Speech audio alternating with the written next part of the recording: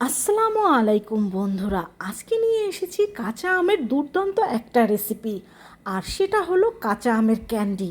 এই কাঁচা আমের ক্যান্ডিটা কিন্তু খুব সহজভাবে তৈরি করা যায় আর সংরক্ষণ করা যায় সারা বছর জুড়ে। আর কিভাবে এটা সঠিকভাবে তৈরি করবে সেই রেসিপি আজকে শেয়ার করব তোমাদের সাথে। তো প্রথমে আমরা এখানে কিছু কাঁচা আম নিয়ে নিয়েছি। এখন এই কাঁচা আমের খোসাগুলো কিন্তু আমি ভালোভাবে ছাড়িয়ে নেব।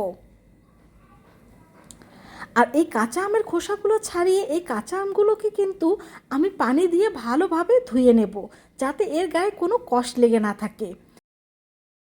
আর এই আমগুলো কিন্তু আমি 2বার পানি পাল্টিয়ে ভালোভাবে ধুয়ে নিয়েছি। এই আমের ক্যান্ডি বানানোর জন্য কিন্তু শক্ত আঠির আমের কোনো প্রয়োজন নেই।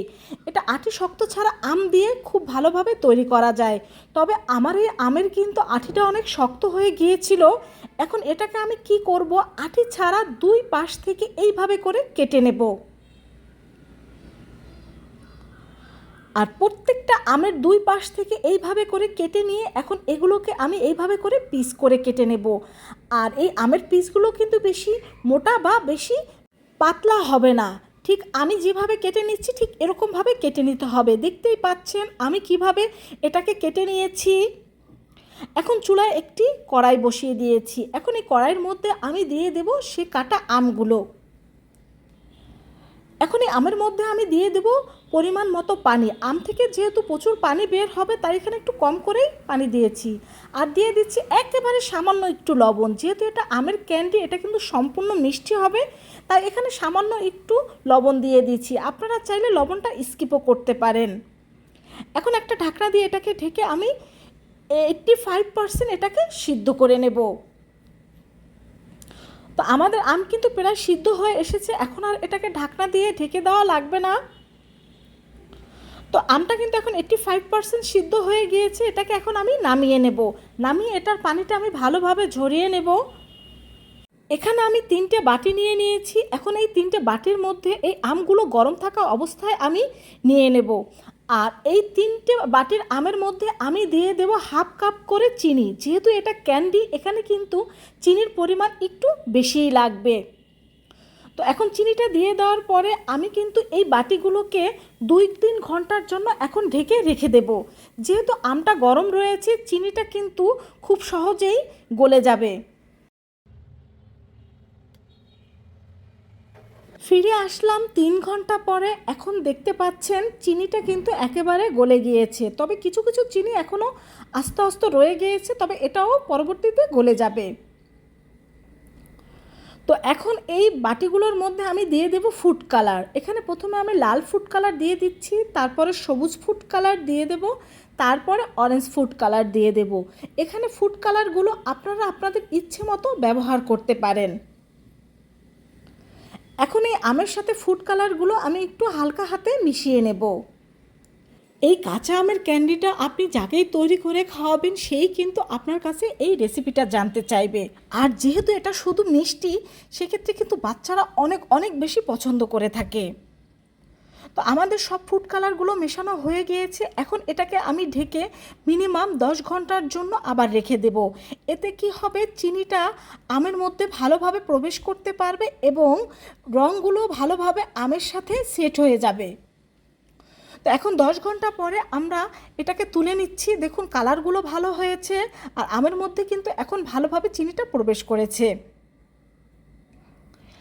এখন এই আমগুলো কিন্তু আমি রোদ্রে শুকিয়ে নেব। তার জন্য এখানে আমি নিয়ে নেব একটা ট্রে।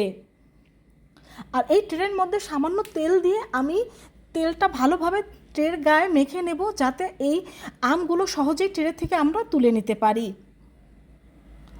এখন এই ট্রের মধ্যে আমি একটা একটা করে এই আমের পিসগুলো দিয়ে দেব। আর আর এই আমগুলো কিন্তু একেবারে শুকিয়ে ফেলা যাবে না, এটা কিন্তু কিছুটা ভিজে ভিজে ভাব থাকবে। ভালোভাবে রৌদ্র থাকলে কিন্তু এটা একদিনই রৌদ্র দিলেই হয়ে যাবে। তো এখন এগুলোকে আমি শুকাতে দিয়ে দেব। আর দেখতে পাচ্ছ বন্ধুরা, এটা কিন্তু এখনই দেখতে অনেকটা সুন্দর লাগছে। বন্ধুরা, আমার এই রেসিপিটি ভালো লেগে থাকলে অবশ্যই আমার চ্যানেলটি সাবস্ক্রাইব করবে আর তোমার বন্ধুদের সাথে শেয়ার করবে। তো আমি আমগুলো শুকিয়ে নিয়েছি, দেখতেই পাচ্ছ আমগুলো কিন্তু একেবারে মুচমুচে করে শুকিয়ে নেইনি। এখন এই আমগুলো আমি আলাদা আরেকটা ট্রেতে তুলে নিচ্ছি। আর এর মধ্যে এখন আমি দিয়ে দেব কিছুটা চিনি গুঁড়ো। এখানে চিনি গুঁড়োটা দিয়ে দেওয়ার পর এই চিনি গুঁড়োর সাথে কিন্তু এই আমগুলো আমি ভালোভাবে মিশিয়ে নেব। তোমরা চাইলে চিনি মিশানো ছাড়াই কিন্তু এই আমটা সরাসরি কোনো এয়ারটাইট বক্স বা কোনো কাচের জারে সংরক্ষণ করে রাখতে পারো, তবে এই চিনিটা দিলে কিন্তু এটা দেখতে আরও অনেক বেশি লোভনীয় হয় আর বাচ্চাদের জন্য একটু অন্যরকমভাবে পরিবেশন করতে পারেন। তো চিনিটা মিশানোর পরে দেখতে পাচ্ছ এটা কিন্তু আরও অনেক বেশি দেখতে সুন্দর লাগছে। আর এটা তুমি যাকেই পরিবেশন করো না কেন সেই কিন্তু এটা খুবই পছন্দ করবে, বিশেষ করে যারা মিষ্টি পাগল তারা তো অনেক পছন্দ করবে। তো তোমাদের একটা আমি দেখিয়ে দিচ্ছি, দেখো এটা কতটা পারফেক্ট হয়েছে। একেবারে মনে হচ্ছে ঠিক যেন দোকান থেকে কিনে নিয়ে আসে ক্যান্ডি। এখন বাচ্চাদের জন্য আরও লোভনীয় করে তোলার জন্য আমি এটাকে কিন্তু এখন ক্যান্ডি শেপ দিয়ে দেব। একটা শাঁসলিক কাঠির মধ্যে এইভাবে করে ভাঁজ করে এটাকে আমরা শাঁসলিক কাঠিতে গেঁথে নেব। এতে কিন্তু এটা দেখতে আরও অনেক বেশি লোভনীয় হয়, যেটা বাচ্চাদের অনেক বেশি আকৃষ্ট করবে।